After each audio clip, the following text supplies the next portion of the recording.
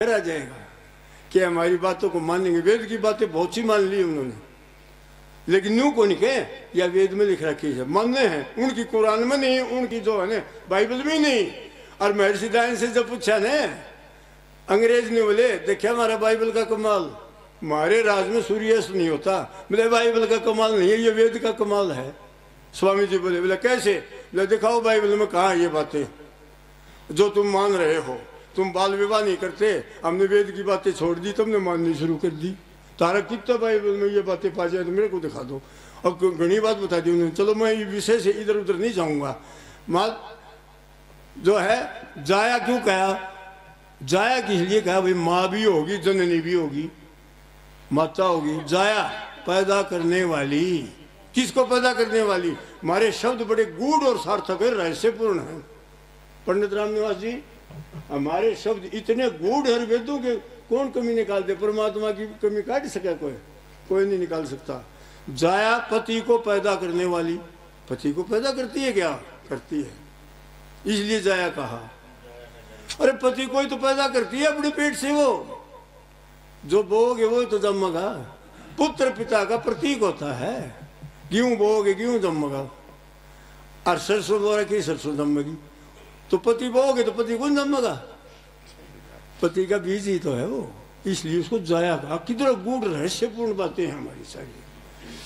तो और आगे क्या कहा?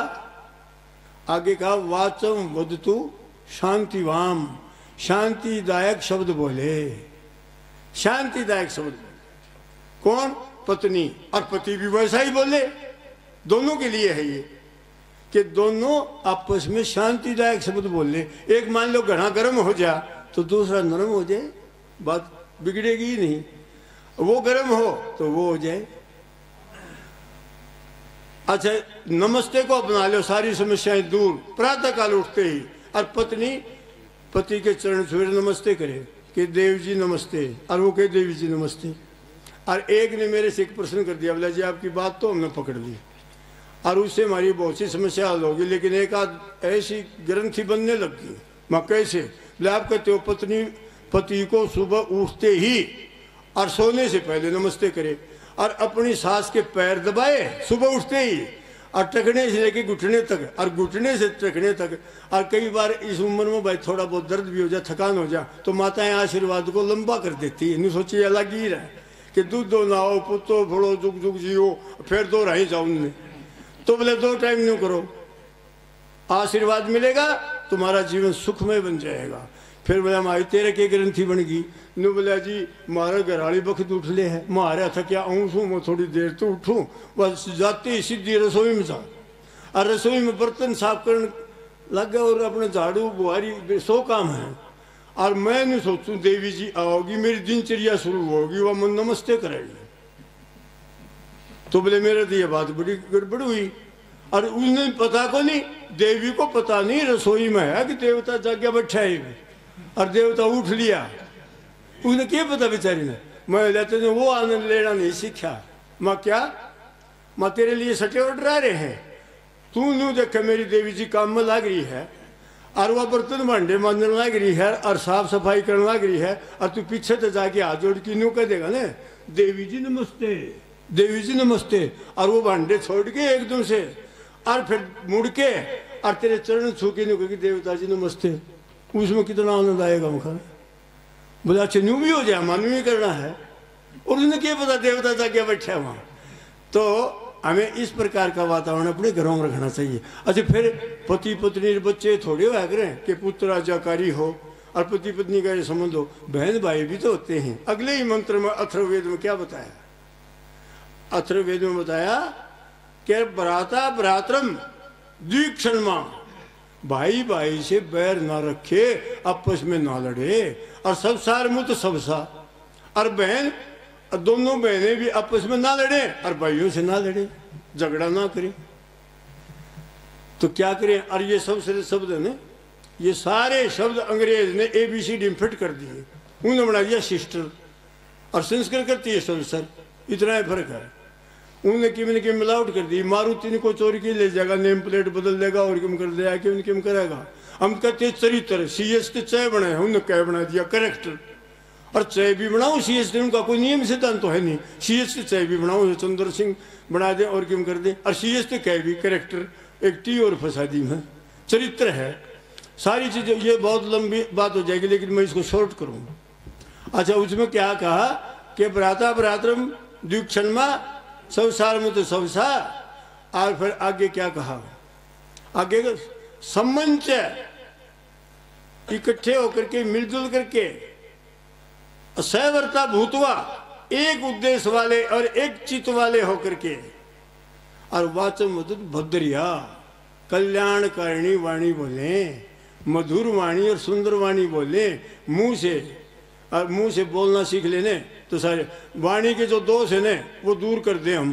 कौन से दोष? असत्य बोलना, झूठ ना बोले, चुगली करना, दूसरे की चुगली चट्टी ना करें, निंदा करना, निंदा ना करें, कटु बोलना, कड़वा ना बोले कभी भी, मधुमती हो, नीमपति या गणुम्बा होया, गणुम्बा पति ना बने, मधुमती लिखा है, वेद कहता है, अरे भगवान कहता है, ये तो परमात्मा खुद कहता है, ईश्वर उवाच, ईश्वर ने कहा मधुमती, मधुमती बन जाओ। आदमी की तो बात खटा भी जा है एक आध बार के वो पुरुष मन कठोर होया करे, पुरुष से पुरुष बना दिया तो, लेकिन महिला अगर कड़वी बोले ना, शोभा को नहीं हो, फिर तो उसने चाहे सोना दला दो, और यहाँ लेके तक पंजे से और चोटी तक कोई फायदा को नहीं, और लज्जाशील बन जाए तो और आभूषणों की जरूरत नहीं है, सबसे बड़ा आभूषण धारण कर लिया उसने अगर वो लज्जाशील है तो।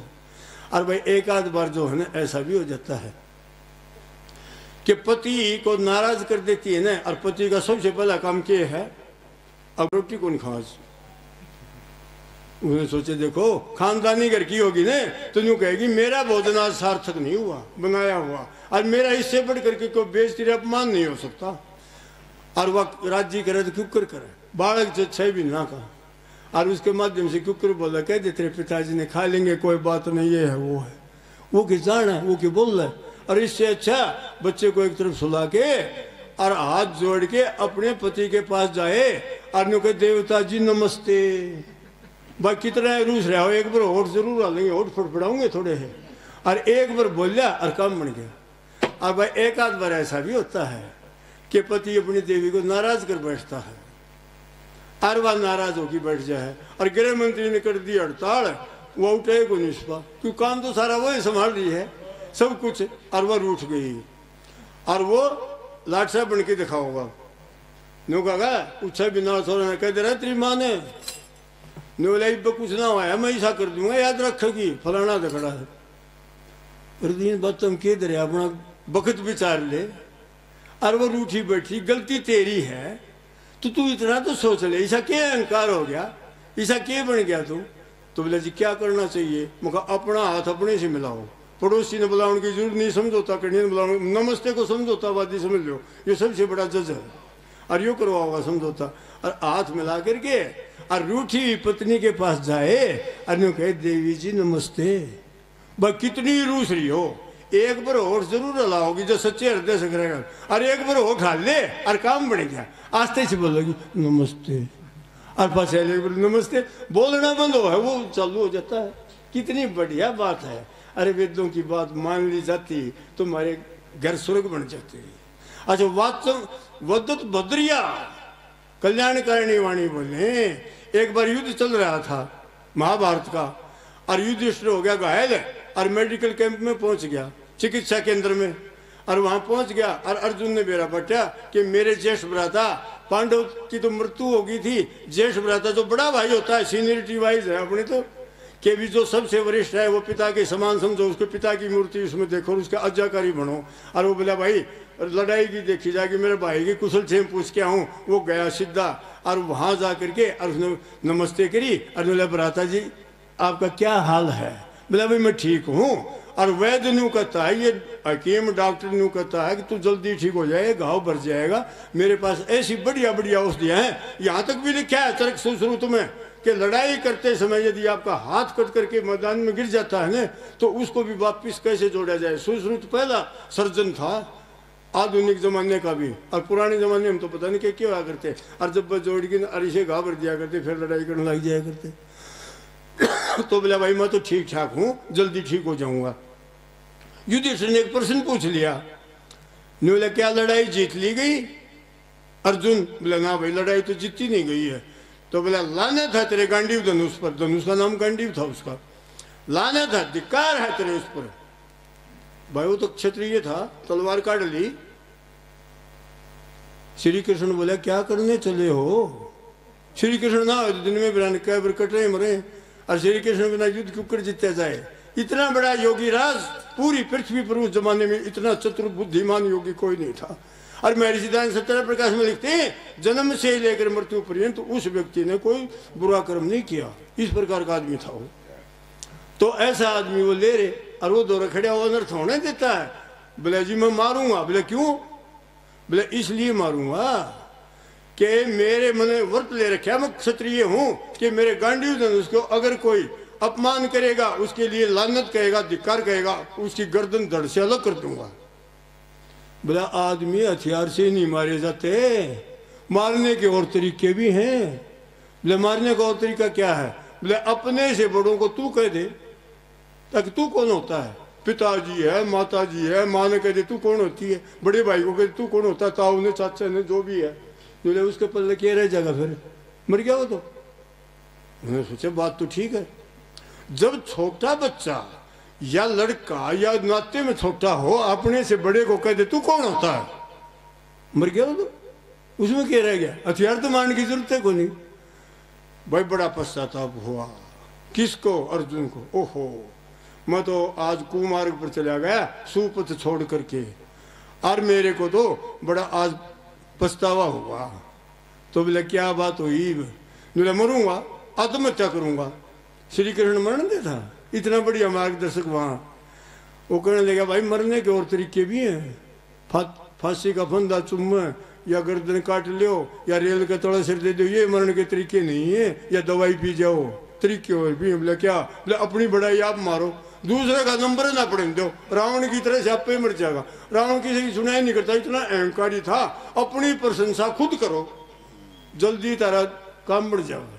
तो इतनी बढ़िया शिक्षाएं हमारे पंचम वेद कहते महाभारत में हमारे पूर्वजों के इतिहास में भरी पड़ी है।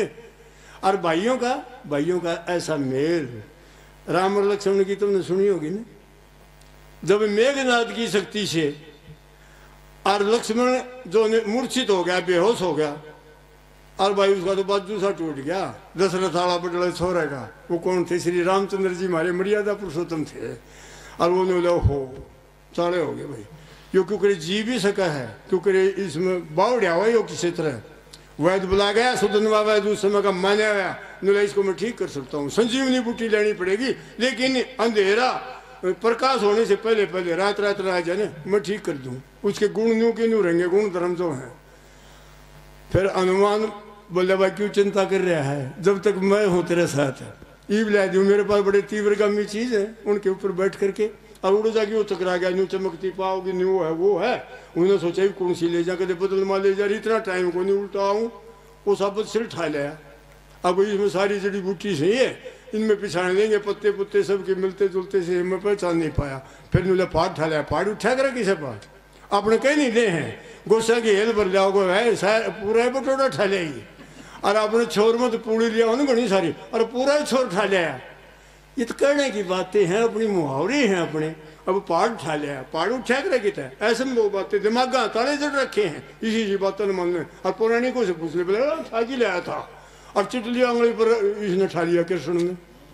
मैं चिटली आंगली पर तो 2 किलो ठाकी दिखा देना, हम मान जाओगे यार, तेरी शर्म भाजरी है। और तू कम से कम बुद्धि से काम ले ले, परमात्मा ने बुद्धि दे रखी है तेरे को। तो वो सुंगाते ही और वो खड़े हो गए, और खड़े होते ही भ्रातृ प्रेम देखो। श्री रामचंद्र जी अपने अनुज से न्यू करने लगे, छोटे भ्राता से, भाई आपको कैसी पीड़ा हुई, कैसी वेदना हुई? तो उन्होंने बोला केवलम वर्णम वयम, मेरे को तो केवल घाव हुआ था, वेदना तो मेरे बड़े भाई को राम को हुई है, मेरे को मैंने वेदना का पता ही कौन लगा, मैं तो बेहोश हो गया। बेहोश आदमी ने कितना काट लियो, बेहोशी करके नहीं जा, ऑपरेशन नहीं करे हैं डॉक्टर। तो देखो बड़ा भाई पूछता है भाई आपको कैसी वेदना हुई, और खुश हो गया। अब मेरा बाजू फिर ठीक हो गया, और मेरा छोटा भाई। फिर ने बोला भाई पीड़ा तो मेरे बड़े भाई को ही है, मेरे को नहीं हुई। तो ये अगर दोनों चीजें, दोनों मंत्र अगर हम अपने जीवन में चरितार्थ कर लें, हमारे पूर्वजों ने चरितार्थ करे और हमारे सामने नमूना पेश कर दिया और उनके स्वर्ग जैसे वातावरण रहता था। चाणक्य ने भी मिलती जुलती बात कही है। चाणक्य कहता है जिसका पिता आज्ञाकारी हो ना, जिसका पुत्र आज्ञाकारी हो, पितृभक्त हो और पत्नी आज्ञाकारिणी हो और घर में संपन्नता हो, तो और कहीं जाकर के और स्वर्ग तलाश करने की जरूरत नहीं है, स्वर्ग तो वहीं पर है। अब मैं रामोताज जी को कह रहा था, सरपंच साहब को, मान लीजिए 2 प्रकार के स्वर्ग हैं और आपने कोई भी मर्जा स्वर्ग ये लिखे हैं, ये लोक संप्रकालय कराया करें, ड्रामा ड्रूमा जब कराया करें, आशाया भी करें। ये नोला भाई जो भी बाहर तुम्हें मरे